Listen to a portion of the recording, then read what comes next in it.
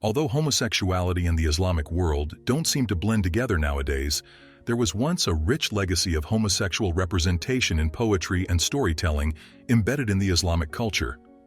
And while it was never fully permitted because of social expectations and religion, such a part of the culture was popular back in the day. Today, we will go back in time and go over a few pieces of literature that will prove that there exists a secret homosexual life behind the strict restrictions within the Islamic culture. Homosexuality and the Islamic world. People frequently object to the phrase Islamic or Islamic world because they believe it places responsibility for whatever subject is being discussed on behalf of Islam. But it's worth noting that when we refer to the Islamic world, we mean it geographically.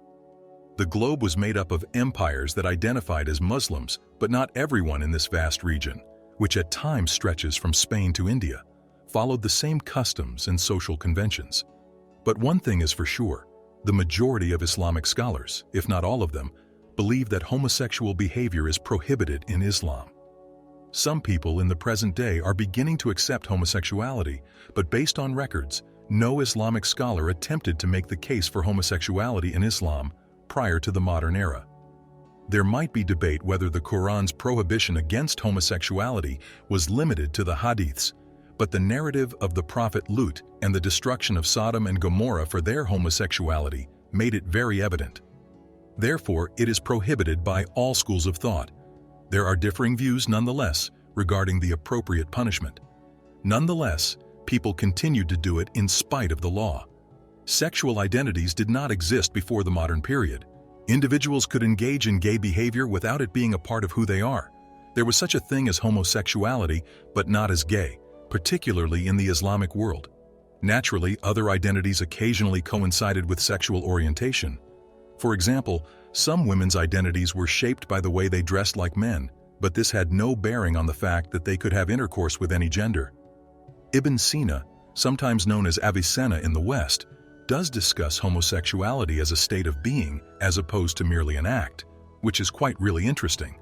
However, he believed it to be an incurable illness. Naturally, having children and being a member of a family unit were expectations even for those in homosexual partnerships.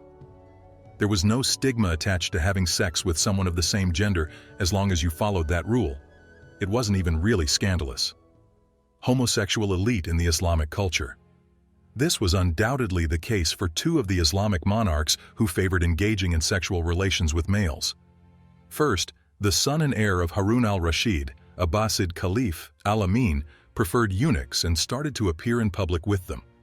The main reason this was scandalous in 9th century Abbasid Iraq was that it appeared al-Amin was spending too much time with them, rather than managing the empire. In order to provide him with a counter-attraction, his mother Zubaydah dressed up attractive females in the garb that eunuch slaves at the time were wearing.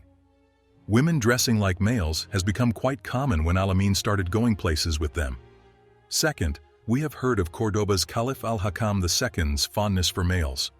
This came to the point where he was unable to even touch women and so was unable to have children. Sub, his spouse, was forced to have a haircut and start dressing more masculine. Even the masculine title Jafar was given to her as a nickname. The closest childhood companion of al-Hakam was likewise named Jafar. It took al-Hakam to conceive his first child until he was 46 years old. There are several documented accounts of homosexual relationships between monarchs and their courtiers, aside from these two. Both a male and a female harem are known to have belonged to Abd ar-Rahman III, the father of al-Hakam II. Furthermore, we know that Ibn Amar, a poet, was the love interest of al-Mutamid, the emir of the Taifa of Seville. The monarch and one or more of his loyal men nearly always had a sexual connection anywhere slave warriors were involved. Ala ad-Din Khalji and Malik Kafur, Mahmud of Ghazna and Malik Ayaz, and of course, the Mamluks of Egypt are well known for it as well. The Ottoman troops did it so frequently that they often gave someone to watch over new recruits and their superiors. It is uncommon to witness equalitarian gay partnerships in the Islamic world amongst individuals from comparable socioeconomic backgrounds. They virtually invariably involved individuals from various socioeconomic strata. Homosexuality and Sufism. Regarding Sufis, This is one community where we tend to picture homosexuality as prevalent. Sufi poetry often refers to male love and is filled with motifs that look homoerotic. Naturally, this leads to the interpretation that it is sexual in character, but that reading of the poetry is far too basic. It's evident that it's not always simple to determine if a friendship is platonic or romantic, and if it is, does it entail sexual activity? Though that doesn't truly seem to be the case, Rumi and Shams Tabrizi were lovers during the night in the minds of many today. It's difficult to determine what type of love Rumi had for Shams Tabrizi, but it's certain that he loved him. But since Rumi was a follower of Sharia and openly condemned sodomy, we may presume that their connection was non-sexual. Not every Sufi was like that, though. Sufis represented the whole range of interpretations of Sharia. While some Sufis adhered to the Sharia down to the last detail, others rejected it entirely. There are hints here and there, but none of them openly confessed to having sex with other guys due to fear of conservative Muslims. Shahidbazi was also included in this. The notion of Shahidbazi, to put it crudely, is that you may adore God by adoring one of God's creations, primarily attractive men and boys. It was discussed again how far you could go with this. Would you be able to love them, merely admire their beauty, or perhaps engage in sexual activity with them? We encounter names like Jami, Attar, and Hafiz among the supporters of Shahidbazi, but none of them openly promoted sex. Some even see the love that these guys have for one another in poetry as a metaphor for their adoration of God. Therefore, why refer to males as a metaphor instead of women? The ancient Greeks, who frequently discussed the love between two men in their poetry, were a major source of inspiration for Islamic thought. Because this was so widespread, readers in ancient Greece would typically believe, unless otherwise indicated, that any love mentioned in literature was between two males, as opposed to most readers in modern times who would typically presume it was between a man and a woman. It has been said by certain poets and scholars that while desire to other men is normal, one must repress it and practice religiosity. Among them is the Andalusian polymath Ibn Hazm, who tells tales of men who fell in love with other men and then passed away from grief. He also talks about how widespread homosexuality was and how accepting people were of it in Al-Andalus. Modern Christian texts that refer to homosexuality as a transgression committed by lusty Arabs even make reference to this tolerance of homosexuality. There aren't many allusions to female homosexuality, despite the seeming prevalence of male homosexuality. While there is no evidence of lesbian activity in the harems in Islamic sources, European travelers to the Islamic world in the late medieval and early modern eras conjured up many ideas of lesbian activities. A fascinating and humorous example comes from a Venetian ambassador serving in the Ottoman court of Suleiman the Magnificent. The envoy reports that ladies in the harem were provided sliced cucumbers so they wouldn't utilize them for sexual purposes. It's difficult to determine how much of this is true and how much is pure fiction. However, as the envoy could not possibly have known what transpired in the harem, so this is probably all pure fiction. But one instance during the reign of Abbasid Caliph al-Hadi is known to us. He was the brother and forerunner of Harun al-Rashid. He found two of the women in his harem having a lesbian affair, so he decapitated them. Outside of the harem, there are a few references to female homosexuality. In the same manner that male poets frequently wrote about male lovers, some female poets have also written about female lovers. Unfortunately, though, we only know about these poetesses because their poetry has yet to survive, and they were only mentioned in passing. It's interesting to note that Muhammad al-Idrisi says that clever women preferred to accept female partners over submitting to the wishes of men. Additionally, it appears that women were drawn to Ottoman bathhouses or hammams to visit their female partners. In fact, the Sultan assigned guards to a few bathhouses when Orthodox Muslims brought up the issue with him. Though given that the guards were guys, I doubt it was particularly successful. Homosexuality and the culture. Thus, one would wonder how homosexuality precisely spread throughout a culture when it was strictly prohibited. Diverse theories exist on the early Muslims' responses to homosexuality. One theory is that, in some of the regions that the Muslims conquered, like Iran, homosexuality was already rather popular. Furthermore, Muslims began studying Greek philosophy, which was known to contain homoerotic themes. As a result, Islamic thought, especially poetry, helped legitimize these concepts. This theory is supported by the fact that most pre-Islamic Arabic poetry employed metaphors involving female loves rather than male lovers, but that over time, the trend in poetry shifted toward metaphors involving male lovers. For further credibility, we may also observe that, similar to ancient Greece, a great deal of attention is placed on people's active and passive roles during sexual activity while addressing homosexuality in the medieval Islamic world.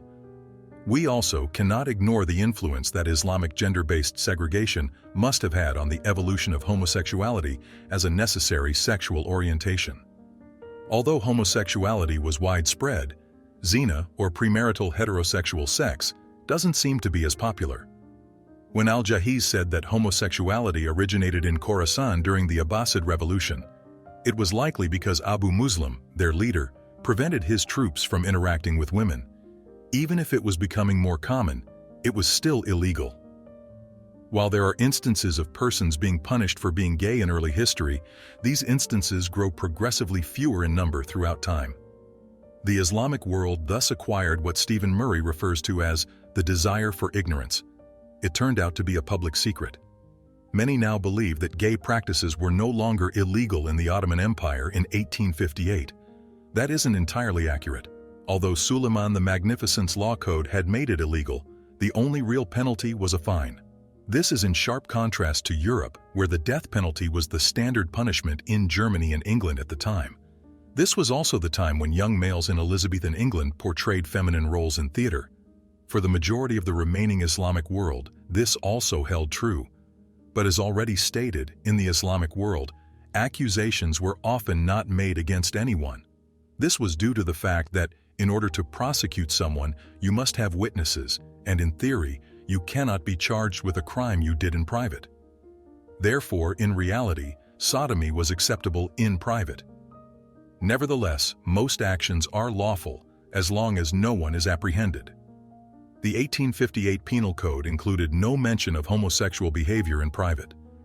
It only made it unlawful to engage in sexual behavior in public. That, then, is the source of the misunderstanding. Thus, the question that now arises is, what changed? Of all, homosexuality isn't exactly seen favorably in the Islamic world these days. Although homosexuality is still present in the Islamic world, which it undoubtedly is, it is not as prevalent as it once was. Poets no longer speak honestly about their male partners.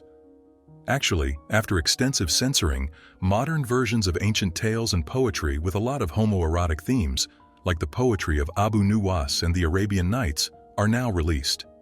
Just like with every other socio-political shift, the exact date and causes are a little elusive. Between the 1870s and the 1920s, or about 5 decades around the turn of the 20th century, was when the shift occurred. It is known that writings regarding homosexuality were being written as early as the first half of the 1800s. For example, a Moroccan writer who traveled to Paris expresses his amazement at the fact that women are the only ones allowed to court, flirt, and feel romantically involved. Muslim scholars came to believe that the reason the majority of the Islamic world was ruled by foreign powers in the second half of the 1800s was because we had wandered from God's path and hence had lost his favor. As a result, several reformist and revivalist movements emerged and grew in influence. These campaigns gathered traction and succeeded in pressuring lawmakers to impose harsher penalties for homosexuality. To be honest, these penalties were more in keeping with Victorian England's customs than those of the Islamic world. Undoubtedly, this change in Islamic principles was influenced by Victorian norms. This argument receives credibility from the fact that by the 1920s, even the Hindus of India, the people who created the Kama Sutra and illustrated this, were opposed to gay partnerships. How about you? Let us know what you think in the comments below. Also, make sure to give this a like and subscribe to the channel for more stories from history.